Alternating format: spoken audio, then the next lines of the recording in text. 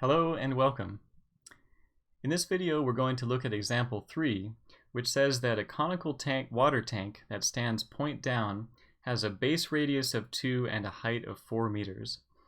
I've already taken the liberty to draw this picture to save a little bit of time here. Conical meaning cone-shaped, and it stands point down would say that this point right here of the cone is down.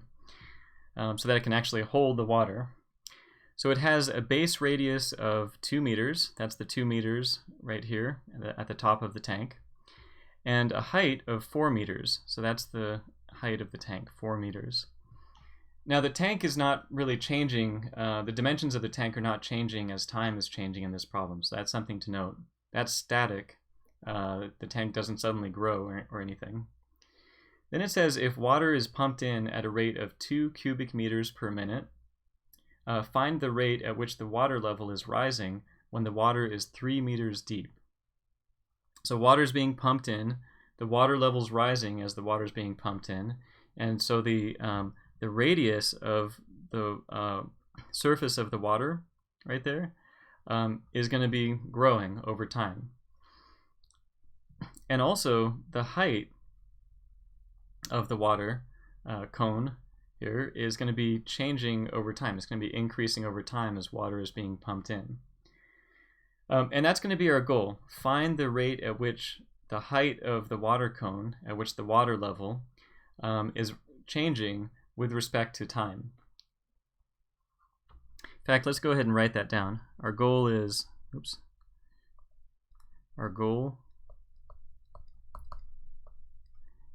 find the rate at which the height of the water is changing with respect to time under the conditions that are given. Now when we look back to see what the conditions are that are given, we have this 2 cubic meters per minute. So if we want to write that as a rate, as a derivative, that's going to be volume per time. And this is talking about the volume of water. So there are 2 cubic meters of water being added to the tank every minute that passes. Then it says find the rate at which the water level is rising when the water is 3 meters deep.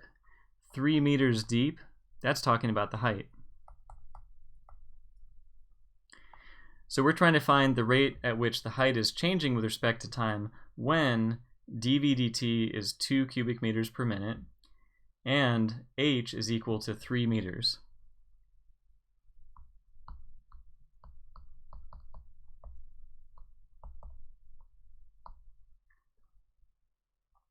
So we'll keep that in mind. Well, if we're going to try to find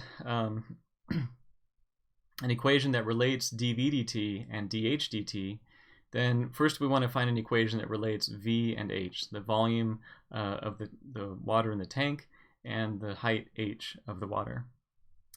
Let's do that below.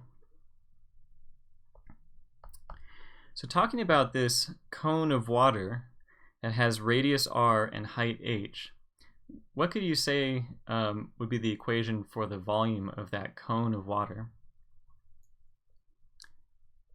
So if you said 1/3 pi r squared h, then that would be correct. That's the standard formula for the volume of a cone.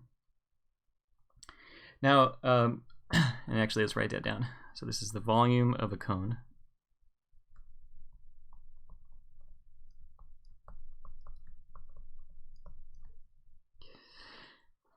Now the thing is, here we have volume as a function of both the radius and the height. But eventually we want just the height in there, right? We just want to know what is dH dt given that dV dt is 2 and h is 3. So nowhere in this given information do we have the radius, nor do we have the rate at which the radius is changing. Plus, if we were to start off by taking the derivative with respect to time on both sides, well, we would have to do a product rule on the right side, and best to avoid that if possible. And it turns out there is a way to avoid that because the variables r and h are related to each other. They're related to each other by a triangle.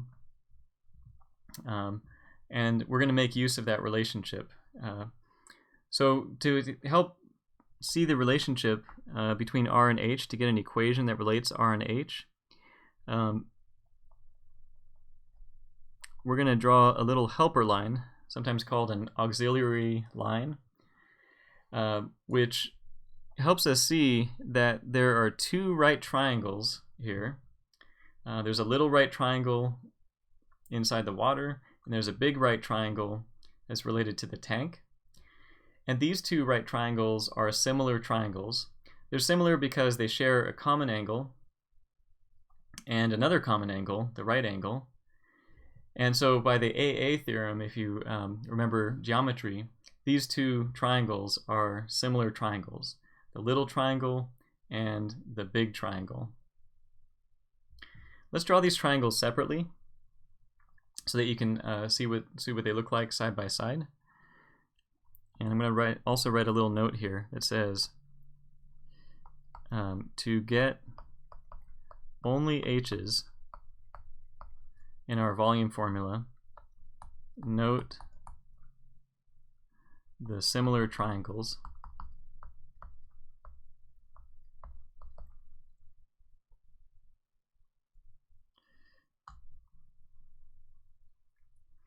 So let me draw the big triangle. It has sides 2 and 4. That's the triangle coming from the tank, related to the tank. And then I'm going to draw the little triangle, which is the one that's related to the water, with sides R and H. And since these are similar triangles, the sides are proportional. So if we take R over H, that should be equal to 2 over 4, right? R is to H as 2 is to 4.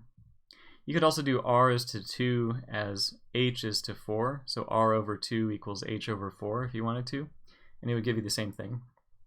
Either way you do it, you end up with R equals H over 2. Right? The 2/4 reduces to a half, and then you multiply the H over. So coming over here to our equation, we have 1/3 pi times, and instead of R, we're going to write H over 2 squared times H.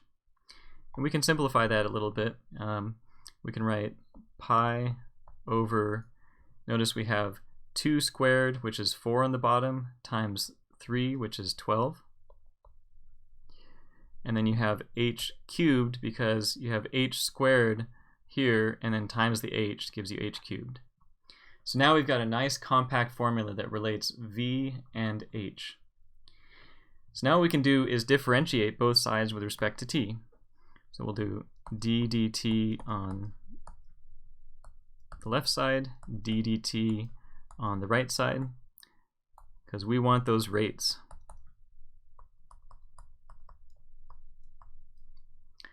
Those good rates.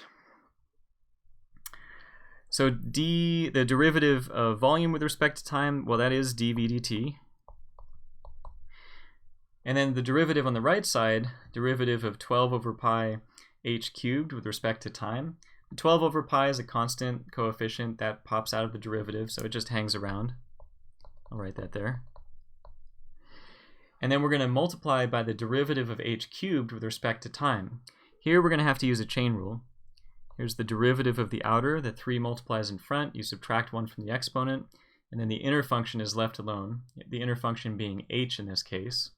Remember, h you're thinking is some function of time. It's related to time, so it's some function of time. And then multiply by the derivative of the inside, by the derivative of h, with respect to time. So now what we're looking for is, let me back up here, we're looking for a dh dt, so we can solve for dh dt.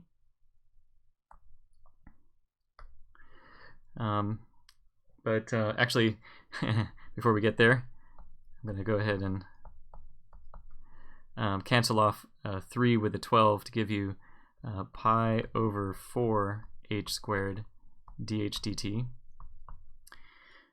So then dH dt, solving for that, we can divide the pi over 4 h squared, and we get dv dt over pi over 4 h squared. And you can flip the pi over 4 to bring the 4 up to the top if you want. So this is 4 dv dt over pi h squared. And now we can plug in what we know. We know dv dt is 2. dv dt is 2. H is 3. So we have 4 times 2 over pi times 3 squared, which then simplifies down to something like 8 over 9 pi. And then you want to always write the units for these related rates problems. Units of h over units of time, t. H will be in meters, and then t, time, will be in minutes. Based on the other givens that we were given, the givens that we were given. Not to be confused with gibbons that we were given. Gibbons are a kind of animal. So dv dt was in cubic meters per minute, which gives you a clue that our lengths are going to be in meters, so the h will be in meters. And, well, not to mention that h was in meters over here. And then time, t, is going to be in minutes. So we got meters per minute. So this is how fast the water level is rising.